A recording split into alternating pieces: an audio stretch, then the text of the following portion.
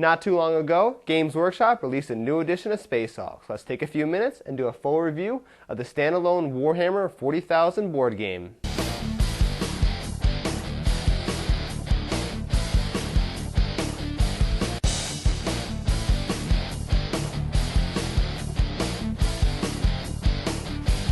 I'm Jason, the creator of the Army Showcase, and the Recon Report is a YouTube series presented by TabletopBattlefield.com.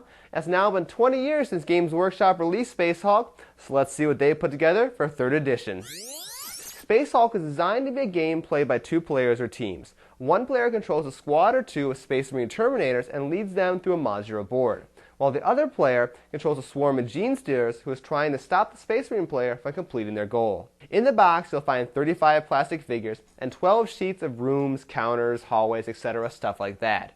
Every piece is fantastic, and these are some of the best figures I have ever seen. Of course, with most GW products, quality does not come cheap. Space Hulk will set you back around $100. This game really captures the feel of a sci-fi horror movie. Space Marine players must navigate through claustrophobic hallways and rooms to get to their objective. On the other hand, the Gene Stealers literally attack from every angle, crawling out of the walls and the floors to strike. And to add to the suspense, Marine players only get 3 minutes to take their turn, while the Gene Stealers can take as long as they want. Now, simple rules allow for smooth gameplay, while still managing to have deep tactics and planning. It's odd for a GW game to only have a 23-page rulebook, and even cooler are the full-color images which help demonstrate the various rule concepts. Each race has a unique style of play. The Space Marine players primarily focus on ranged weapons such as storm bolters, heavy flamers, psychic weapons, and the terrifying assault cannon.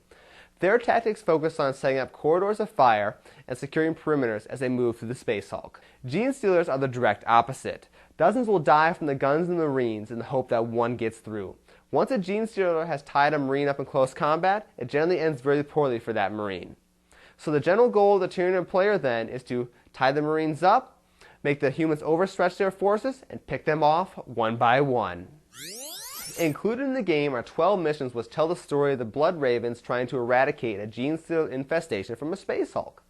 Now, these missions will probably keep players occupied for 30+ hours, but if you want to, it's really easy to create your own scenarios. Now, I would have liked to see other 40k characters like Dreadnoughts, Tyranid Warriors, or Carnifexes included in the game, but thanks to simple rules, it would be really easy to add these to Space Hulk. All in all, Space Hulk is an awesome game with lots of replayability. If you're a fan of sci-fi horror movies or just like Warhammer 40,000, be sure to check it out. Once again, I'm Jason. For more information on World of Miniature Wargaming or to submit your own content, check out the Army Showcase and Tabletop Battlefield podcast over at www.tabletopbattlefield.com. Thanks for watching and have a good night.